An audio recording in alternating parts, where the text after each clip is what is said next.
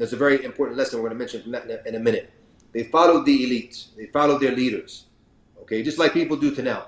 And they so much so, the social media influencers, the athletes, the actors, the magicians, all of these people, even some to an extent to the hukam, the people who are from the governments and what have you, whoever the leaders are, but it's more so the influencers. So here, talking about those elite individuals, they chose to follow them, those who have the abundant what?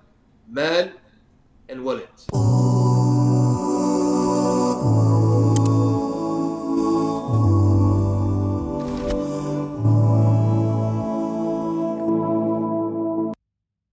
Assalamu alaikum wa rahmatullahi wa barakatuh. Welcome to our next episode of Quranic Transformation. Once again, we're blessed to be continuing with Sheikh Abdul Raheem Mccarthy. Assalamu alaikum, Sheikh, and welcome again.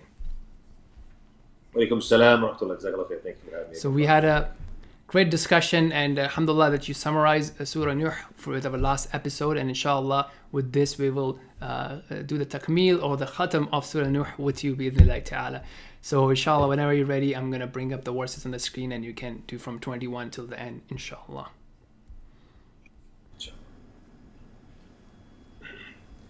أعوذ بالله من الشيطان الرجيم قال نوح رب إنهم عصوني واتبعوا من لم يزده ماله وولده إلا خسارا ومكروا مكرا كبارا وقالوا لا تذرن آلهتكم ولا تذرن ودا ولا سواعا ولا يغوث ويعوق ونسرا وقد أضلوا كثيرا ولا تزد الظالمين إلا ضلالا مما خطيئاتهم أغرقوا فأدخلوا نارا فلم يجدوا لهم من دون الله أنصارا وقال نوح رب لا تذر على الأرض من الكافرين ديارا إنك إن تذرهم يضلوا عبادك ولا يلدوا إلا فاجرا كفارا رب اغفر لي ولوالدي ولمن دخل بيتي مؤمنا وللمؤمنين والمؤمنات ولا تزد الظالمين إلا تبارا. جزاكم الله خيرا. طيب شيخ.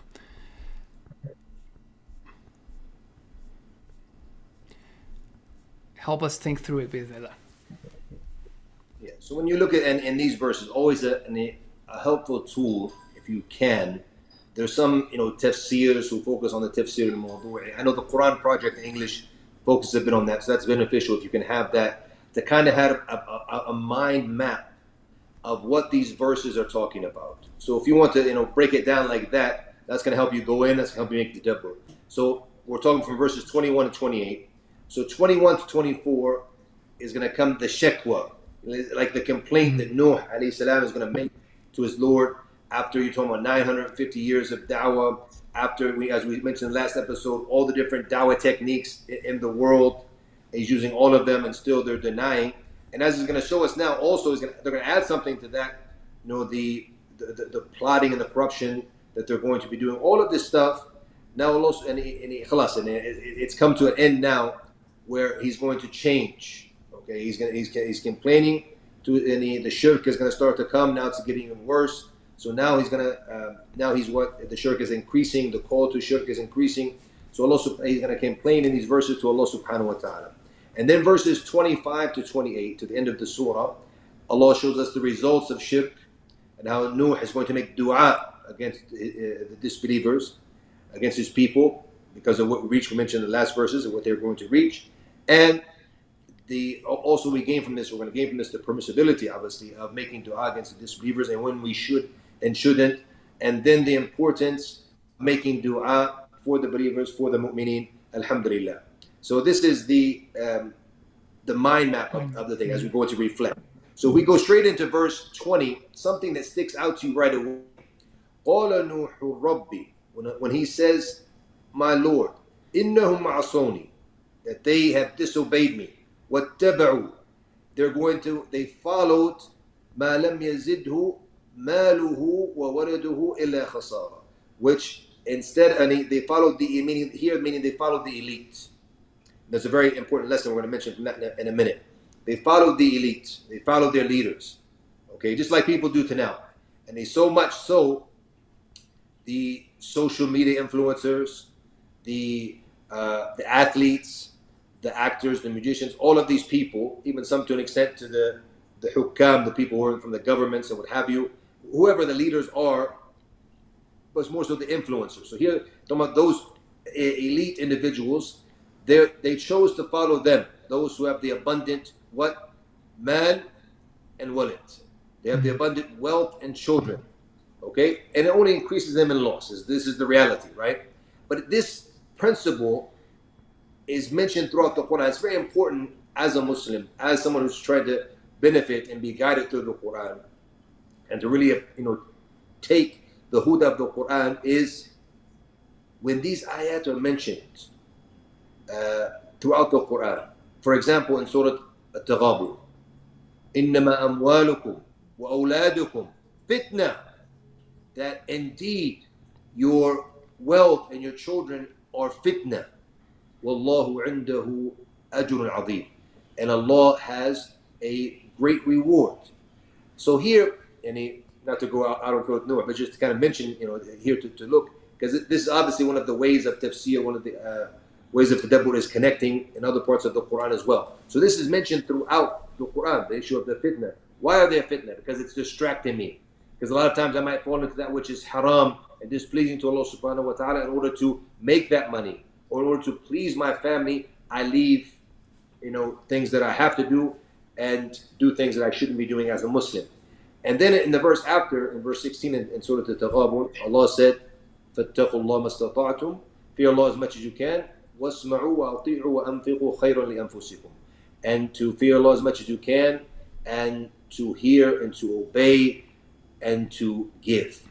And interesting, I found as I was making tadabbur, because another ayah that popped into my head when I was reflecting on this verse was the verse from Surah Al-Munafiqeen, or the two verses, verse number 9 and 10.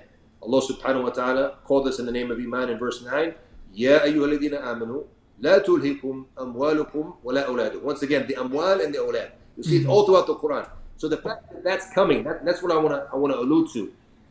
The fact that it comes a lot in the Quran, the money and the wealth, the money and the wealth. Al-mal wal-banun, zinatul hayat al-dunya. That they are the adornments of this dunya, no doubt, as Allah mentioned. But here in this verse, Allah said, don't let them distract you from what? An dhikrillah, in the Surah Al-Munafiqun. Don't let them distract you from the dhikr of Allah subhanahu wa ta'ala. وَمَا يَفْعَلَ ذَلِكَ فَأُولَٰئِكَ هُمُ الْخَاسِرُونَ. Whoever does that, they're the khasirun. So the same thing here in this verse, also khasara and khasirun, that they're going to be in loss. And interesting enough, what does Allah say in the next verse? وَأَنْفِقُوا مِمَّا رَزَقْنَاكُمْ. And what is and spend from what Allah has provided for you. So here we mentioned the verse in Taghabun and this, and Munafiqun, both of them had anfiqu after it. So it's interesting.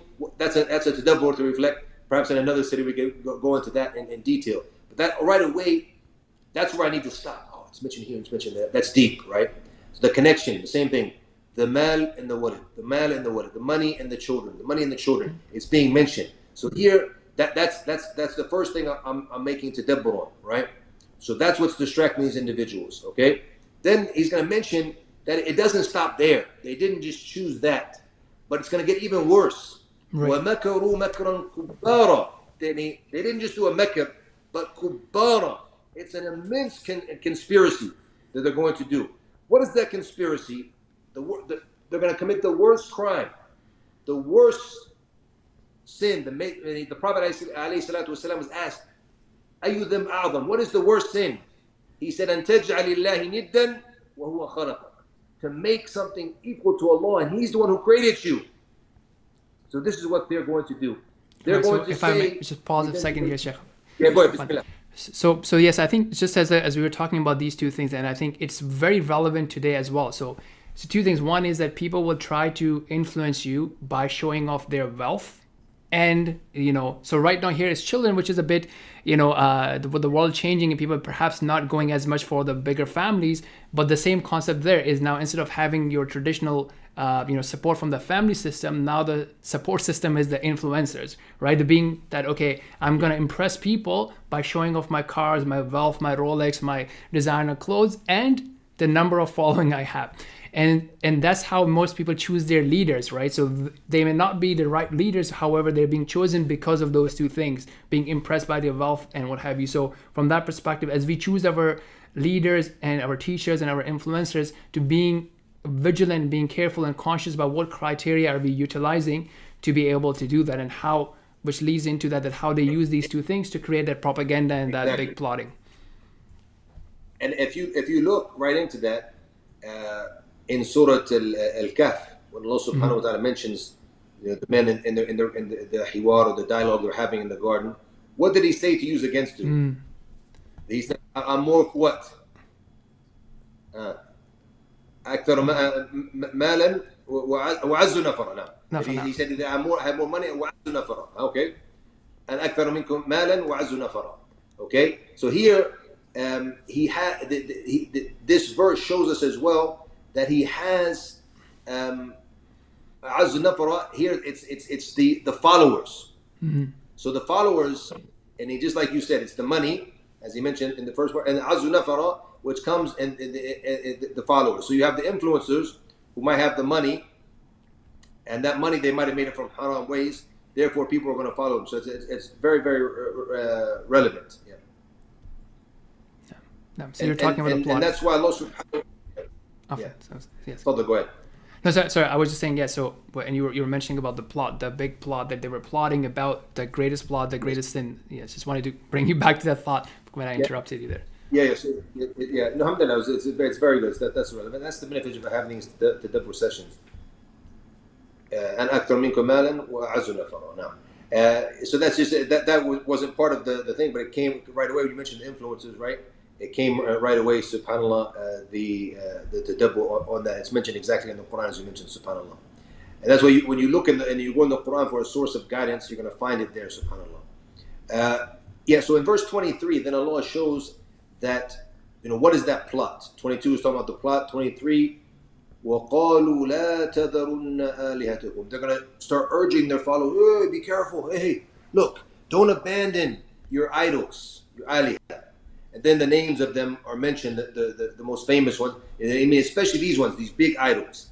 And as it came in the tafsir, that these are names of Salihin, that they were pious people from their people. Shaitan tricked them, said, look, let's put up some images of them. You put that statue of Jordan in front of the arena, you put a statue of so and so up there.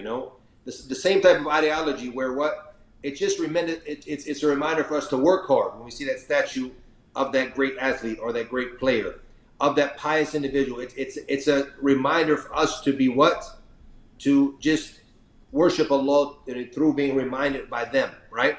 This is the trap. So here right away, it comes after that they are they're coming, that shaitan tricks them. And this ayah reminds us, or these ayat, they remind us of two important things: the danger of following what the forefathers were upon without guidance, whether it's good or correct, we're just following it. And secondly, the issue of the khutawat, the footsteps of shaitan, and how he tricks us. So this is what they fell into. And then after that, you're going to come to verse 24 and onwards. Here, you're going to see Nuh said, look, وَقَدْ أَضَلُّوا كَثِيرًا. These elite, they have made so many people go astray. وَلَا تَزِدِ الظَّالِمِينَ إِلَّا ضَلَالًا. He said, ask Allah, only increase them and make them go farther away. خلاص. Now he's realized that there's no benefit from these individuals. He's been with them. He realizes how far astray they are. And this teaches us, if we're going to go back, because in this surah, there's a bunch of dua made. And as I was reflecting, I went back to it. You could say that it's made 5 times or 9 different du'as. And you might say, how is that? You could say 5 or 6 or 5 or 9. Because it could be 5 general du'as, but if you go in each specific one, especially the last ayah, that there's maybe 8 or 9 different things that are being made dua. Because if you look at verse 4, for example, he's going to show them the outcome when he's calling them to Allah, يَغْفِرْ لَكُمْ مِن ذُنُوبِكُمْ. And so that in itself is a type of dua. And it's da'wah for them, but this is what they're going to get in return. So it's a type of dua as well. And then if you go to verse 10, as we mentioned earlier in the last episode, that is also istaghfiru rabbakum, a type of calling them to make that dua. And then here making the dua against, in verse 24, against the disbelievers. Also verse 26, against the disbelievers as well. And also in verse 28 at the end, you also have a dua against disbelievers. So 3 du'as against disbelievers. In verse 28, there's dua for himself, Rabbi ighfir li, wa liwalidayn, then for his parents, and then وَلِمَنْ دَخَلَ بَيْتِيَ مُؤْمِنًا, whoever enters my house from the mu'minin, وَالْمُؤْمِنِينَ وَالْمُؤْمِنَاتِ. Then a general dua for them, and then comes the 5th, which is the dua on this. So if you were to count it down like this shows you the issue of the dua. And what is this teaching us? Right away, the fact that there's so many du'as being made, this is the tadabbur now. This is for me to reflect. What is this teaching me? Because Surah Nuh is a da'wah surah.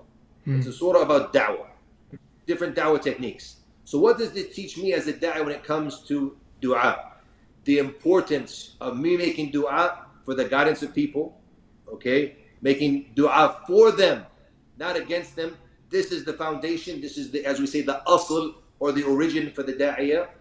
And this is how the Prophet ﷺ was, that when Tufail ibn Amr came to him, and when he was sent, he was from the early du'at, when he was sent to Yemen, to his qabila, his tribe of Dos, as a da'iyah, to call them to Islam, and none of them accepted in the beginning. So he went back and complained to the Prophet ﷺ, make dua against them. And this sometimes what happens is that we get too much in a hurry. Nuh didn't do this right away. In 950 years. This is at the end of the da'wah, right? At the end of the da'wah, yes, now we're going to make some dua against him. The Prophet ﷺ, in this story with the Tufail ibn Amr, he said, Allahumma hdi dosan wa ati bihim. Oh Allah, guide those and bring them, right? And alhamdulillah, from the great Sahabi who became Muslim through that was Abu Hurairah radiallahu anhu. The point being is this is the way of the prophets, is they would make dua for the people. Yes, it's permissible. We gain from this surah, it teaches there is a level, there is a stage when someone gets to that, of the conspiracy, of the corruption of the Mecca, when they get to that level, then we can make dua upon them, and that can have a powerful effect, as we see in the surah as well. But the origin for the da'iyah is to make dua for the people, and then not against them.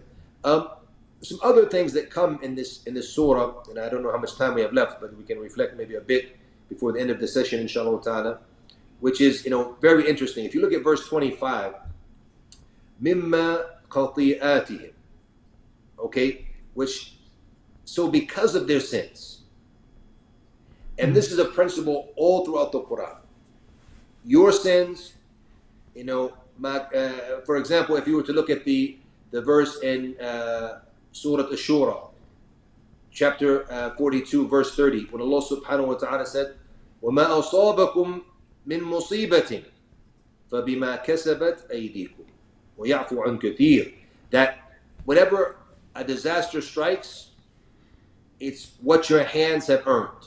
You're the ones who have done it. And Allah pardons much, subhanAllah. And if you go back to Surah Al-Ahzab, chapter 33, verse 45, you'll see an explanation of this, وَيَعْفُو عَنْ كَثِيرٍ, that what would happen if Allah didn't pardon these things from us, subhanAllah. That's another tadabbur. So the point being is that this verse shows that from the sins, what happens? فَأُغْرِقُوا. This is the first thing, that they drowned. Matar.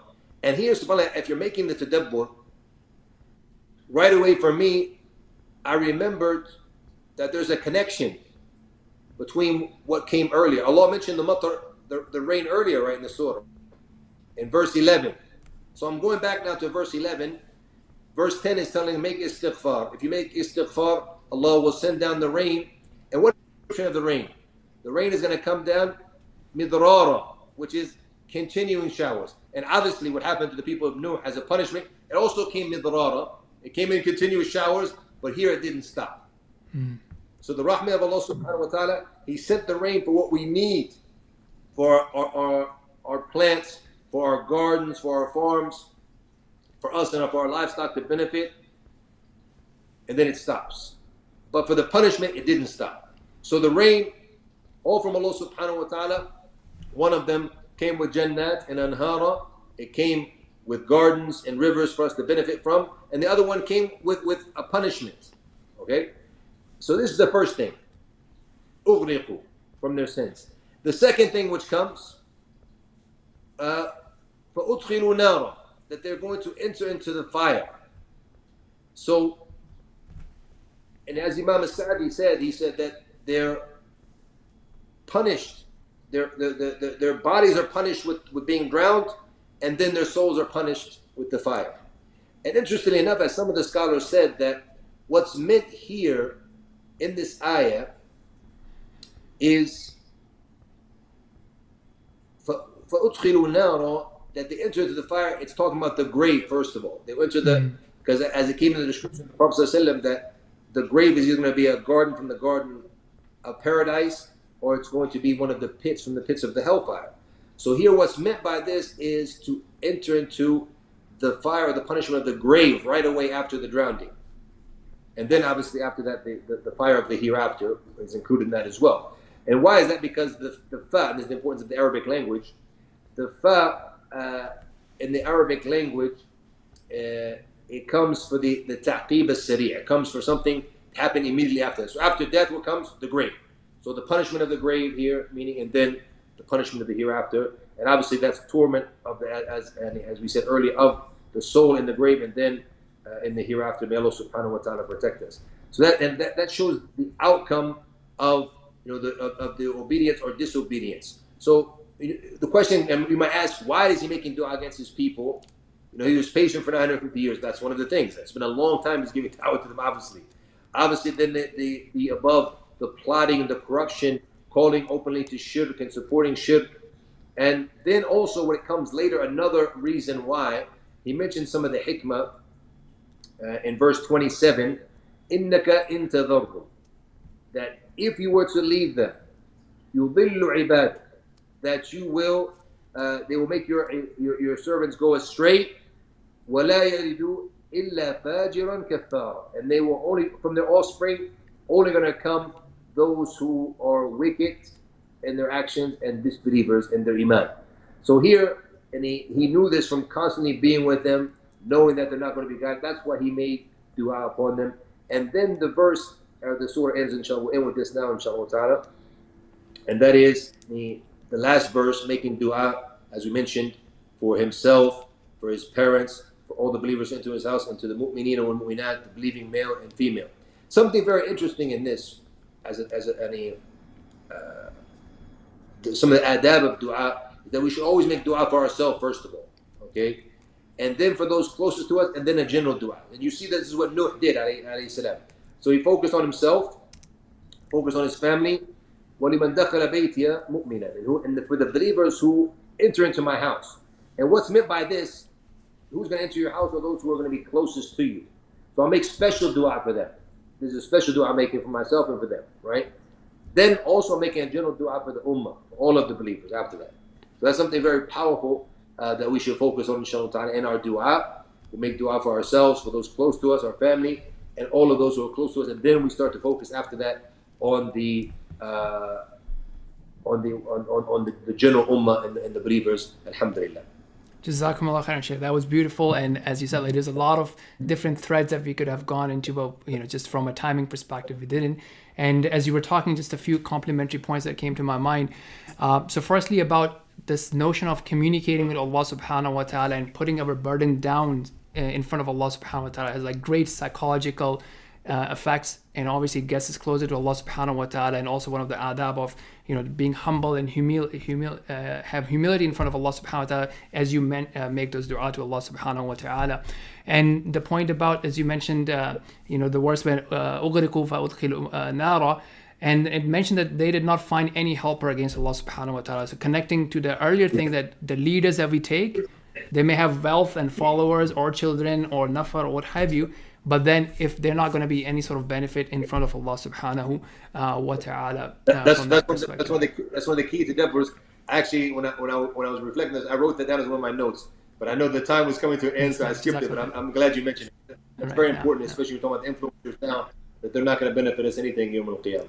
Beautiful. And the point about that you mentioned about making du'a, and I think that's something sometimes we forget that we are in need of du'a as well. So starting with ourselves, and also someone like Nuh alayhi salam is still genuinely asking Allah subhanahu wa ta'ala for forgiveness, right? So that's another thing that sometimes when with da'wah or other people, we might start looking down upon them and forgetting that, hey, you know what, I don't have a Jannah card. I need the forgiveness of Allah subhanahu wa ta'ala, and sincerely asking for it while meaning it, and not just like being a lip service, astaghfirullah, so on and so forth. So that those are some additional things that come to my mind. Barakallah fikum, Shaykh. Jazakallah khair, barakallah fiik.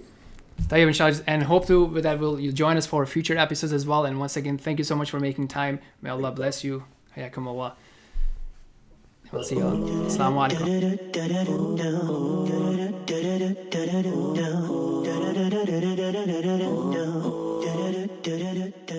alaikum.